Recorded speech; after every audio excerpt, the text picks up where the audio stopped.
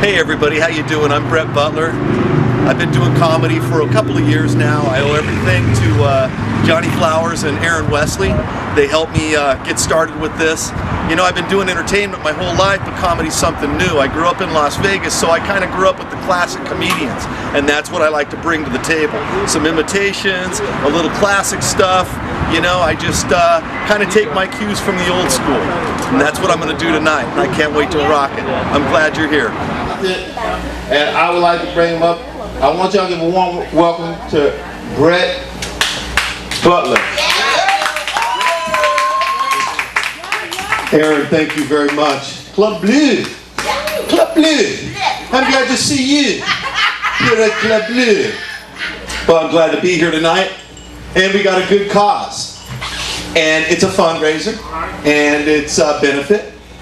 And it's the NAACP, so it's all good. You know what? I almost feel like a guy that we're familiar with that did telethons all the time. Oh yeah, Jerry. And you know these kids, God bless these kids, because they're all good kids, every one of them. And if anybody out there doesn't like the fact that I said God, because I've been in audiences, sometimes they go, wow. Well, I'll say it again. God. Thank God for everything. And if there's anybody with a problem with that, I'm going to throw this out right now. Warning. Tonight's program contains material that may be deemed offensive for the chronically offended in the room. Listener discretion is advised. You know what that's called? A disclaimer. Now we can say whatever we want. I can say God like my grandpa. Now my grandpa was from Newell, Alabama. He was a fire and brimstone preacher for the Church of God. And he said it like this, God, son. And like my first encounter with Grandpa wasn't watching him hammer out the... And Grandpa's looking at me at the breakfast table. And he's saying, son, your grandmother's made us something good today, boy.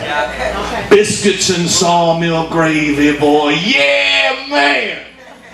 And he'd go into song. Grits are coming soon. The grits are coming soon. Praise God, boy, the Brits are coming soon. And I go, yeah, Grandpa.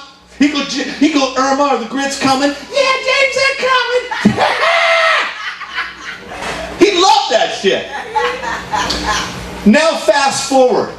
I'm with my dad 25 years later, and we're on a tour of the South to go to our family reunion. Oh, what a difference 25 years makes. Oh, what a difference. Because now I'm seeing my relatives in a whole new light. And my dad's telling me, we're going to go now and meet your Aunt Tiny and your Uncle Sonny. So we drive through the woods. Get to a house, looks like something right out of Texas Chainsaw Massacre. We get there, Uncle Sonny's playing banjo on the porch. You know the song. We walk past him and go in the house. He says, this is your Aunt Tiny. Well, she wasn't tiny. She was 85 years old and feisty. And her and Dad sat at the table and started talking about old times. And as the time passed, I dozed. And when I woke up, my dad was gone. And Aunt Tiny was looking at me across the table. And that's when she started in. Now, Brett, you ever been to this part of the South before, son? No, Aunt Tiny. You ever been to a Butler family reunion, boy? No. Well, you don't want to go. It's all chins and noses. They're ugly bastards, I'm telling you right now. You tend to resemble the gentry side of the family. You know something? If I was a little younger, you and I could have some fun while your daddy was away. She did not just say that. And then all the color drains out of the room and the camera pans over to the corner and there he is. Submitted for your approval, Aunt Tiny. You're traveling through another dimension. A dimension of sight and sound. Aunt Tiny is grabbing you by the pee-pee and leading you into another dimension. It's a dimension we call the incest zone. My dad comes in. You ready to go? Oh, hell yeah. I'm ready to go. Well, we was kind of hoping Brett would want to stay here for a few days. No, Dad, let's get the hell out of here right now. I get to the car and I tell him, I said, here's what she said. Here's what she did. My dad laughed. He said, shit, Brett, everybody does that here. Come on, we're going to go meet your old weird Aunt Lou. And as I'm driving down the road, I'm realizing I'm inbred Brett. These people messed the gene pool up way, way back. No wonder I can't hold a thought. No wonder I can't turn a screwdriver. But you know what I did? I broke it. Because I married a girl out here. Wasn't my cousin. 35 years I've been married. Oh, stop it. Come on, you know, 35 years. You know what that's like. Look, I live with my harshest critics. My wife and my 14-year-old daughter told me straight up at dinner, none of this shit's funny. And don't you dare talk about us. Don't. My 14-year-old, you want to see an imitation of my 14-year-old? Here it is. Sound familiar? You know, the other night we were having dinner. I get a text, and I hate it when I get a text when I'm eating. It's my daughter across the table texting me to pass the mashed potatoes. So I took a picture of them and I sent her that. She fired back, thank you, so she's got her manners. You know, it's funny because we're addicted to these things. Can anybody doubt that? Will anybody deny that? Look at, back when we were young, or when I was young, and I'm going to date myself now, only one person had one of these, and I was wishing I had one. You know what it was? It kind of sounded like this.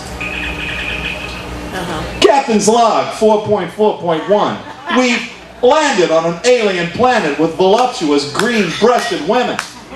Scotty, don't beam us up anytime soon.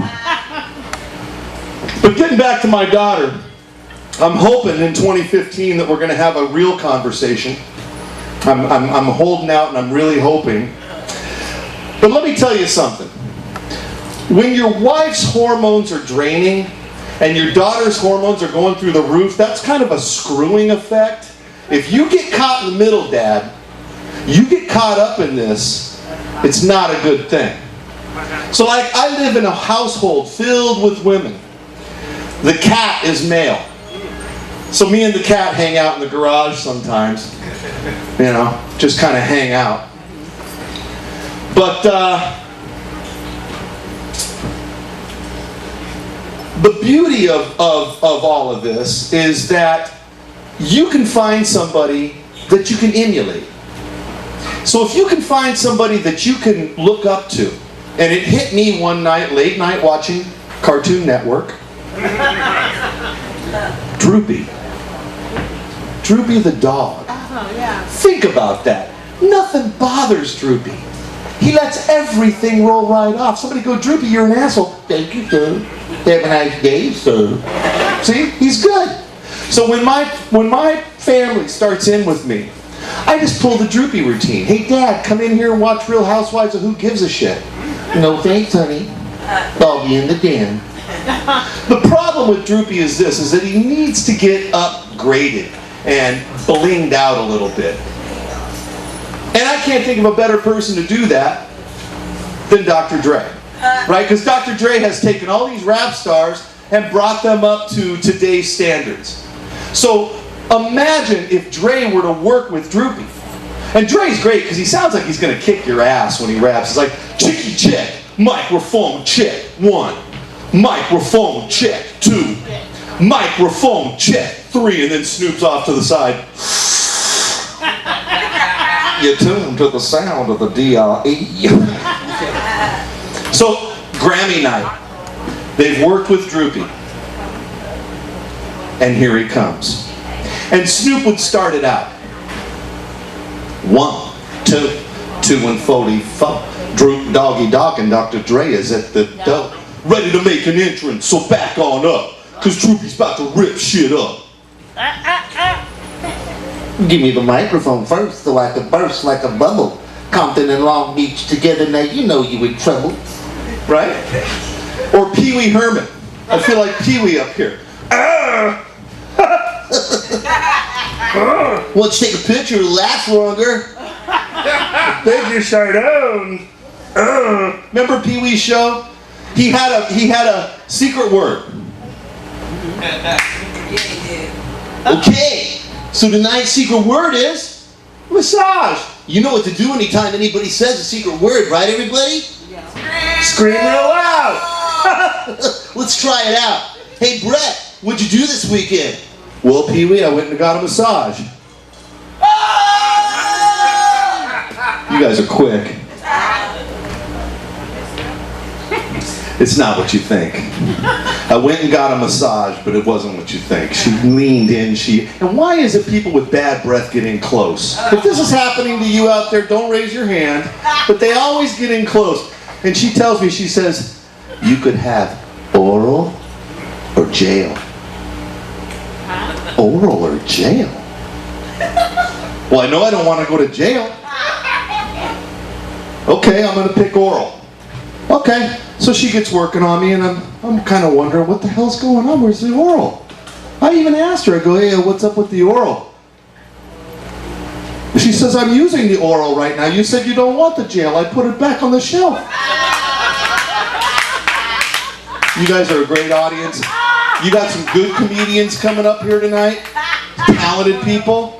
So I'm gonna get out of here and make some room for them, get them up here so you can enjoy that. I want to thank Aaron Wesley and Johnny Flowers. I want to say one thing. The most important thing in life aren't things, right? They're your friends and family that are sitting right next to you. So give them a hug. I love you. Love yourself. I'm Brett Butler. You guys are great. Aaron, thank you so much.